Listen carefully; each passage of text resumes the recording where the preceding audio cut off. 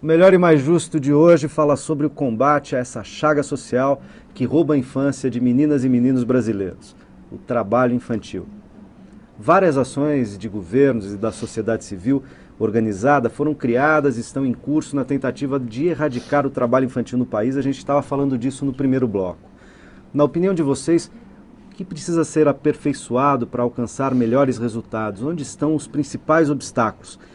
Estou falando isso retomando a conversa do primeiro bloco, prometi passar a palavra para a Neia, porque a gente estava dizendo disso, né? Onde estão as principais iniciativas e problemas com as políticas públicas. O Caran lembrava que, tudo bem, a educação é um dos fatores, das dimensões fundamentais, mas não é a única, né?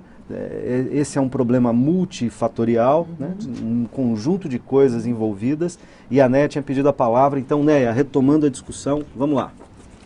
Então, em cima do que você perguntou em relação a políticas públicas, acho que tem um outro fator que a gente não pode esquecer, que é o seguinte: no trabalho que a gente faz com os meninos que estão no trabalho infantil, você encontra muitos meninos que vêm para a rua para poder consumir. Então, para poder comprar o celular, o tênis. Então, nisso eu destaco um papel muito importante, que é o papel da mídia. Que a gente, hoje em dia, os meninos já tinham aquela questão, preciso ter um tênis da marca. Hoje não é mais o tênis. Hoje é o celular, hoje é o óculos, hoje... É o game, é o game. tênis, então, quer dizer, então tem uma outra... Eu estou falando da nossa realidade aqui, do meio urbano, né?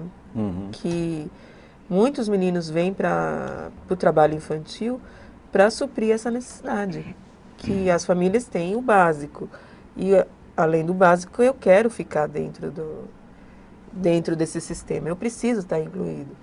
E até ontem a gente estava numa atividade, daí os meninos estavam falando de muito carro de marca.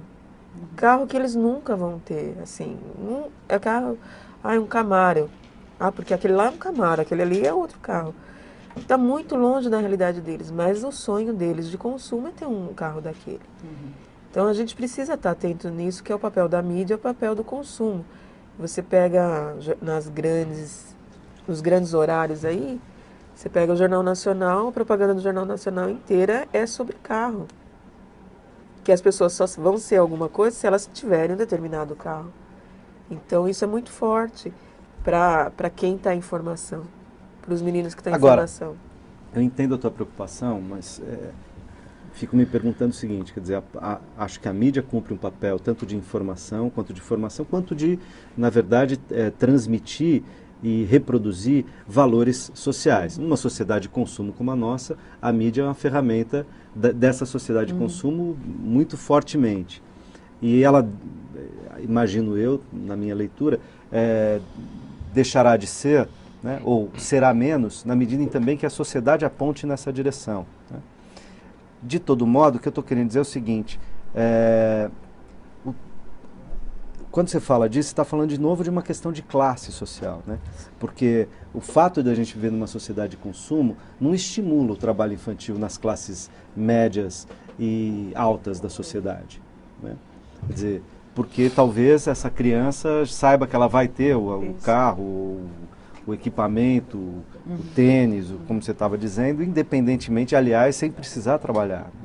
Claro. Muitas vezes ela vai... Por outro lado, eu peço a discordar, porque eu acho que a sociedade, ela idolatra certos tipos de trabalho infantil e condena outros, que é classista também.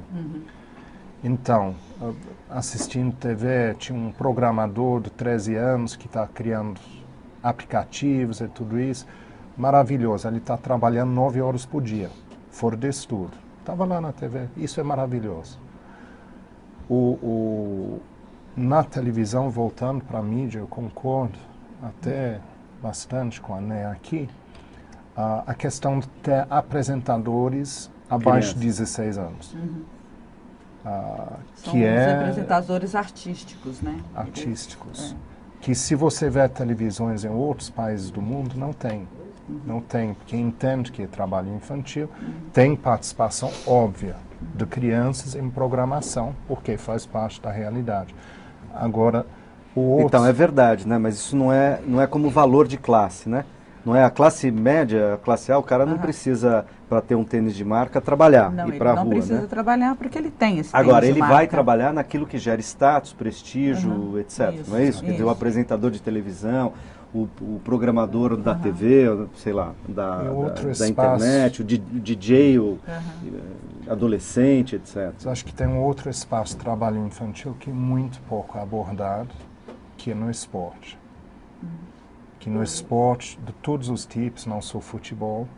Agora, só um detalhe, antes de eu vou te devolver a palavra, mas aqui como dúvida, você aproveita e já me responde, ou vocês, que é o seguinte, quer dizer, a lei prevê que com autorização judicial há situações em que é possível trabalhar com menos de 16 anos ou de 15 anos, né? Menos de 15 seria na condição de aprendiz e 16 a partir de 16... 14 anos na condição de 14 aprendiz. e 15 na condição de aprendiz, 16 determinados tipos de trabalho. Mas antes disso seria possível com autorização judicial. Essas funções que se apontou, por exemplo, apresentadores de televisão mais jovens, atores, crianças, etc., estariam nesse tipo de caso também? Eles são autorizados a trabalhar? Eu acho que você levanta um ponto muito importante também, que quando a gente fala da cultura a aceitar trabalho infantil, foi feito um levantamento pelo CNJ, Conselho Nacional de Justiça, sobre as autorizações para trabalho infantil, para trabalhar enquanto criança. E apurou que mais de metade não são para esse tipo de excepcionalidade, nem para isso. São para trabalhar num mecânico, são para qualquer coisa. E aí se vê, como estávamos falando no primeiro bloco, da profundidade de enraizamento cultural da questão que é bom trabalhar. Se juízes autorizam para trabalhar no automecânico com 12 anos, o que fazer? Continuamos, a palavra está com vocês. Caram. Essa discussão ela é bastante ampla, complexa, né? Talvez não tenhamos tempo de uma conclusão. O fato é que eu trago particularmente uma realidade do centro antigo de São Paulo, né, onde num mapeamento a gente chegou a um contingente de 115 crianças e adolescentes envolvidas com o trabalho infantil, na sua maioria vendedores de bala, pedintes de dinheiro, engraxates de sapato, não é? E na maioria em espaços comerciais, como bares e lanchonetes, e concluindo esse mapeamento, a gente chega a um olhar inverso do que até então se fazia, não é? Tínhamos o costume de focar o complexo na pessoa do menino, né, ou do adolescente. Hoje a gente já começa a inverter essa lógica e a gente consegue entender que não são meninos que vendem balas nos bares. Temos uma sociedade que frequenta bares e que se dá a ação de comprar balas na mão de crianças. Então, na verdade, a gente começa a olhar agora para uma outra necessidade, que é a mudança de paradigma do comportamento, né, assistencialista e caritativo da sociedade, que não entende que quando eu compro uma bala na mão de uma criança, eu não estou ajudando aquela criança. Eu estou condenando ela à situação de trabalho infantil e rua, e pior ainda, eu estou fomentando a vinda de novas crianças para a rua, né? Então, até a nossa campanha, ela traz esse novo olhar inverso, onde a gente vê isso. Essa aqui, né? É essa daí. Ela está sendo construída, vai para as ruas no centro de São Paulo a partir do dia 1º de agosto. E a proposta é construir uma reflexão junto com a sociedade que frequenta o centro, justamente com o intuito de mudar essa postura da compra, né, e do assistencialismo para com essas crianças e adolescentes. Porque não é só a compra, né? Porque a criança também, ela esmola, né? Ela pede. Ela pede nos faróis, né? Então é uma questão, como disse o Marcelo, né? Nós temos que ter um olhar para a proteção social dessas crianças e adolescentes, né? E o que está acontecendo é a população, né, em si, conscientizar, não dar esmola para essas crianças na rua, né? Agora, em que situações, eu tinha feito a pergunta e o Jonathan respondeu com uma pergunta, dizendo o que fazer, né, diante disso. Mas em que situações seria, na opinião de vocês, razoável admitir o trabalho infantil? Há situações excepcionais que deveriam ser consideradas, ou a gente deveria ser, digamos, radical nessa questão? Radical no sentido de ir à raiz. Nenhum trabalho infantil. Ou há trabalhos que é possível considerar razoáveis? Ou situações em que exceções seriam admissíveis? Acho que não tem exceção. Mesmo no caso que estava se falando, a questão da televisão, é uma situação, para aquela criança, é uma situação que gera um distúrbio muito grande. Eu estava assistindo esses dias aquela novela das 8, que tem uma menininha que trabalha e que ela faz uma cena com a Adriana Esteves. É uma situação horrível aquilo. Primeiro que é uma novela que passa num certo horário, que a história dela, o enredo dela é todo complicado e tem criança ali trabalhando. Inclusive eu tenho um juiz no Rio de Janeiro que ele foi contrário, que ele se posicionou. Quando ele se posicionou, foi todo mundo em cima dele. Como que você se posiciona? Mas não dá para aceitar. Criança é um sujeito que está em formação, que se aquela situação que ele está não traz dano à saúde física dele, se traz à saúde mental. Quando a gente fala que lá na região do Nordeste traz muito dano físico, eu te falo que aqui na região Sudeste, os meninos que estão em situação de rua, no trabalho infantil, ou que estão no tráfico de drogas, ou que estão em trabalho doméstico, também são muito prejudicados na questão da saúde mental. Você pode pegar um menino desse que trabalhou. A gente tem exemplos de meninos que trabalham desde pequeno, quando ele chega na vida adulta, ele está totalmente comprometido na sua saúde mental. Entendo isso, mas ao mesmo tempo fico me perguntando o seguinte, quer dizer, vamos imaginar radicalmente nenhum tipo de trabalho infantil. Estou pensando aqui no caso da comunicação, por exemplo, do cinema, da televisão e tal. A gente não teria mais filmes, por exemplo, que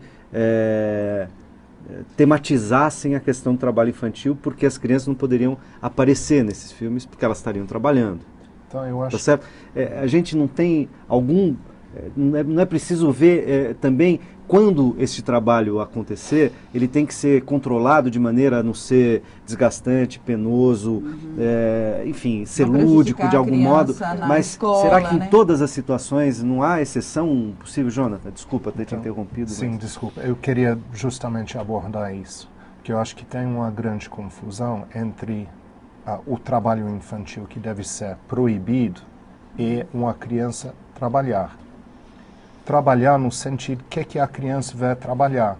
A criança vai ajudar a lavar louça em casa, isso é trabalhar. Para a gente não fica nessa questão que trabalho é aquela coisa equivalente à carteira registrada. E entender que o trabalho infantil, que concordo, tem que ser completamente proibido, é aquilo que prejudica o desenvolvimento da criança, seu pleno desenvolvimento, com ser sujeito de direitos a lazer também. Então, se está fazendo coisas que não permite que brinque essas coisas, então é trabalho infantil. Vamos pegar esse exemplo teu. No esporte. Então, a criançada adora jogar futebol, aqui no Brasil, adora jogar futebol. Agora, há meninos com 12, 13, 14 anos que são levados a clube, em princípio é uma delícia, né? Vou jogar num clube, estou sendo agenciado por um empresário, vou sonhar em ir para o Barcelona, que é o clube melhor time de futebol do mundo na atualidade, etc. E ficar famoso, ficar rico. Ok, é lazer. Começa como lazer, mas rapidamente se transforma muitas vezes em algo que é limitador do desenvolvimento, da possibilidade escolar, que é opressor, etc. Quer dizer, que é ilusório. Então, aí você tem uma questão que é, de um lado, a prática do esporte é muito legal, se ela for como uma prática lúdica, própria à idade. Né? Agora, se ela virar um negócio e que, portanto, vai colocar a criança numa condição vai expor a criança a constrangimentos, vai transformar o que era o lazer num trabalho penoso, estressante, etc. Explorando, né? É um problema, mas não está aí. E esse limiar não é tênue? Não é difícil, às vezes, identificar onde começa uma coisa e termina a outra? Existe aí uma linha bastante tênue, né, que eu acho que nós, tanto gestores como executores das ações, né, que lidam lá diretamente com a família, com essas questões, nós temos situações sim, e o educador, o profissional, tem que ter muita acuidade para poder entender essa situação. A partir do momento em que a família não apresenta um contexto de conflitos, né, um contexto de perversidades, e o adolescente, no caso da criança é uma exceção, e o adolescente, e essa situação existe sim, não é? E o adolescente, por pertencer àquela família, até por construir juntamente com a família, aquela adolescente ela tem garantido o horário e a qualidade da presença escolar, ela tem garantido o horário e a qualidade da sua vida comunitária com seus amigos, e dentro desse contexto ela se propõe junto com os pais, por exemplo, a dar uma força num barzinho que talvez o pai tenha na frente da casa. Irmão. Ou cuidado ajudar com o irmão. A casa. Né? Vou ajudar. Então, isso não configuraria. Isso não se configura. Trabalho tem muitas adolescentes que ajudam os pais, por exemplo, num pequeno comércio que ele tem, numa contabilidade ou sem uma prejuízo hora, da sem escola, do lazer, dos seus nada. direitos. Isso existe. Isso não configura trabalho infantil. Isso é importante demarcar. Isso não né? É um configura convívio até trabalho salutar infantil. do adolescente no momento em que ele está construindo e fomentando os laços de sua família e se tornando um profissional através daquele exercício. Claro. Inclusive, Saudável, faz né? parte de uma educação Não é? saudável. Saudável Que e é integral, educação né? que não é Múltipla. só escola. Uhum. A Ele não tá educação é a deixando. formação humana. Na vida. Ok, Então, faz terminamos o parte. tempo desse bloco. Eu vou fazer mais um rápido intervalo e a gente já volta com o último bloco do Melhor e Mais Justo. Não sai daí.